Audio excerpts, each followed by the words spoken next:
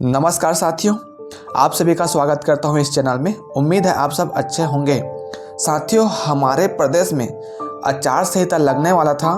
फिलहाल अभी आचार संहिता टल गया है। जी हां दोस्तों, और इस आचार संहिता के टलने से क्या क्या फ़ायदा हो सकता है प्रदेश के जनताओं को, क्या क्या फ़ायदा हो सकता है प्रदेश के अभ्यर्थियों को, इसके बारे में पूरा डिटेल से चर्चा करेंगे। यदि आप इस चैनल में पहली बार आए हैं और इस चैनल में लगातार आते रहते हैं और अभी तक आपने सब्सक्राइब नहीं किया है तो इस चैनल को सब्सक्राइब करिएगा और साथ ही इस वीडियो को प्रदेश के सभी जनताओं तक शेयर करिएगा। तो देखिए, आप सबको मैं बता दूं, कुछ समय पहले लगातार चर्चा चल रहा था कि निर्वाचन आयोग से गाइडलाइन जारी होने के बाद लगभग 31 तारीख तक आचार संहिता लग सकता है करके।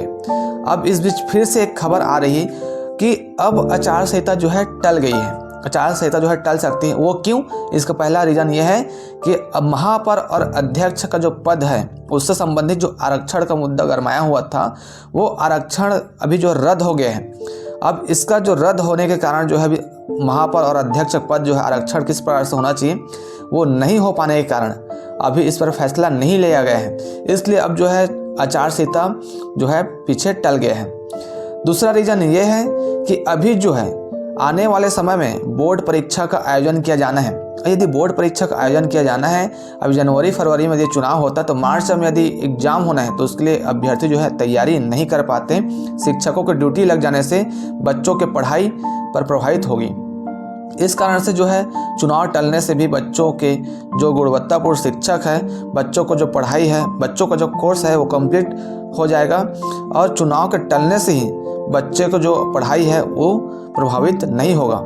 इसके साथ ही ये एक बहुत बड़ा न्यूज़ ये है कि अब जो है चुनाव जो है यदि अप्रैल मई में होता है तो इस बीच बच्चों के जो पूरा पढ़ाई है वो कंप्लीट हो जाएगा। क्योंकि आप सबको पता है जी, देखिए छत्तीसगढ़ एक ऐसा प्रदेश है, शिक्षा के क्षेत्र में देखा जाए तो बहुत पिछड़े हुए हैं। और इस बीच आप सबको ये भी पता है कि हमारे प्रदेश में बहुत से ऐसे स्कूल है जहाँ पास एक भी शिक्षक नहीं है, बहुत से ऐसे स्कूल है जहाँ पास केवल एक शिक्षक ही पढ़ा रहे हैं।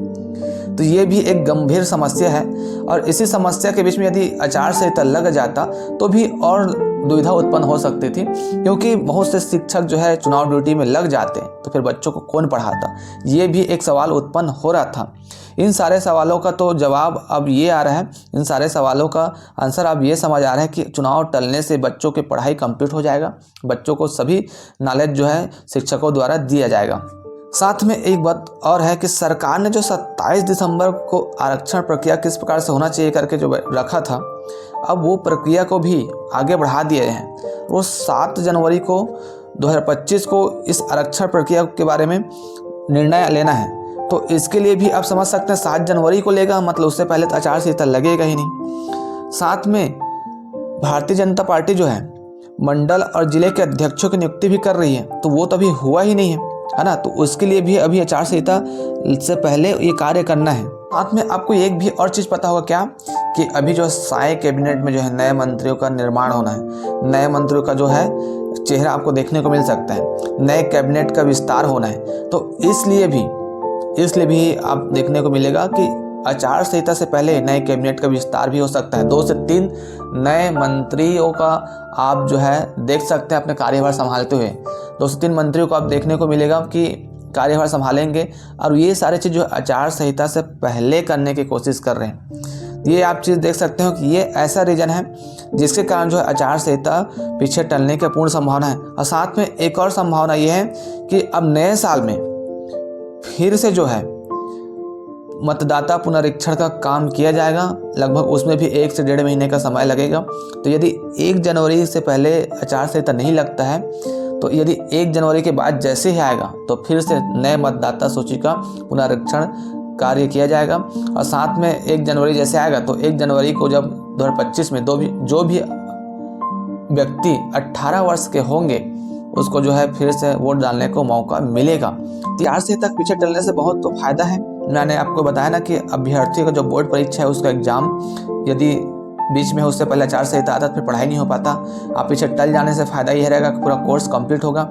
दूसरा फ़ायदा क्या है? दूसरा फ़ायदा यह है शिक्षक भर्ती से जुड़ा एक जो विवाद है वो फ़ायदा है। देखो यार, आप सबको पता है कि डीएड वर्सेस बीएड का जो विवाद है वो किसी से छुपा नहीं है। अब कोर्ट से आदेश भी आ गया है कि डीएड को 2 सप्ताह के अंदर नियुक्ति देना है। और ये 2 सप्ताह जो नियुक्ति देना है, ये आदेश आया था 10 दिसंबर को, और 10 दिसंबर से 2 सप्ताह जो है 24 तारीख को कंप्लीट हो जाना है। और इस बीच जो विभाग ने अभी तक एक सिंगल नोटिस जारी नहीं किया है। ऐसा सुनने में आ रहा है, ऐसा देखने में आ रहा है, जहाँ तक विभाग से जानकारी निकल के आ रही है, विभाग ने सारे कार्य कंप्लीट कर लिए हैं। विभाग ने वो सारे कार्य जो करना है वो सारे चीज़ कंप्लीट कर लिए हैं।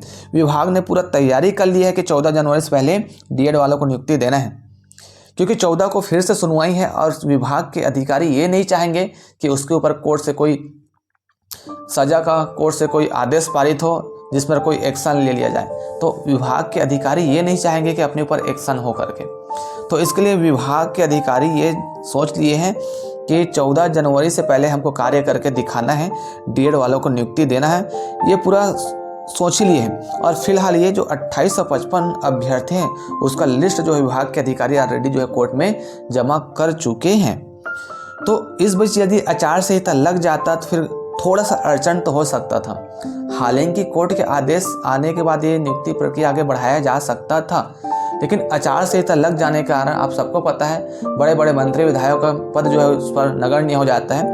तो फिर अधिकारी लोग कार्य तो करते, लेकिन उससे कुछ ना कुछ तो बाधा उत्पन्न हो सकता था, संभावना है ना। लेकिन जब आचार संहिता पीछे हट जाने से बहुत से ऐसे संभावना पर पूर्ण विराम लग गए हैं।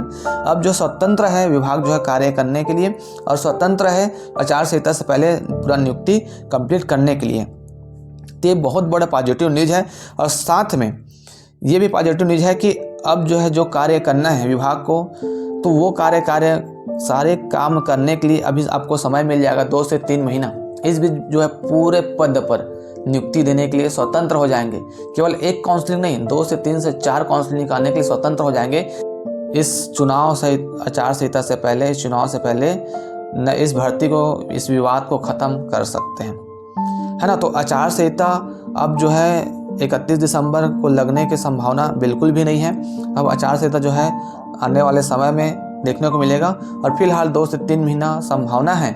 जो जितने सारे मैं बताया कि अभी जो है मंडल अध्यक्ष चुनाव होना है, अब फिर जनवरी में दे जाएगा, तो फिर मतदाता चयन सूची के पुनरीक्षण करना है, और साथ ही साथ आने वाले समय में कैबिनेट का विस्तार भी करना है। तो ये सारे चीज़ ऐसे हैं जो ये संकेत करता है कि आने वाले 31 तारीख को आचार संहिता नहीं लगेगा, आपको पीछे लगते हुए दिखेगा। ठीक है साथियों, तो आचार संहिता यदि टल जाने से बहुत सारे फ़ायदा है अभ्यर्थी के लिए। तो उम्मीद करता हूँ हम सभी विद्यार्थी के लिए, जितने भी प्रदेश के सभी विद्यार्थी के लिए अच्छा हो, नया साल कुछ अच्छा लेकर के आए। इसलिए इस चैनल को अधिक से अधिक लोग तक सब्सक्राइब करिएगा, शेयर करिएगा। मैं आपको मिलूंगा नई वीडियो में। तब तक के लिए जय हिंद, जय जोहार, जय छत्तीसगढ़।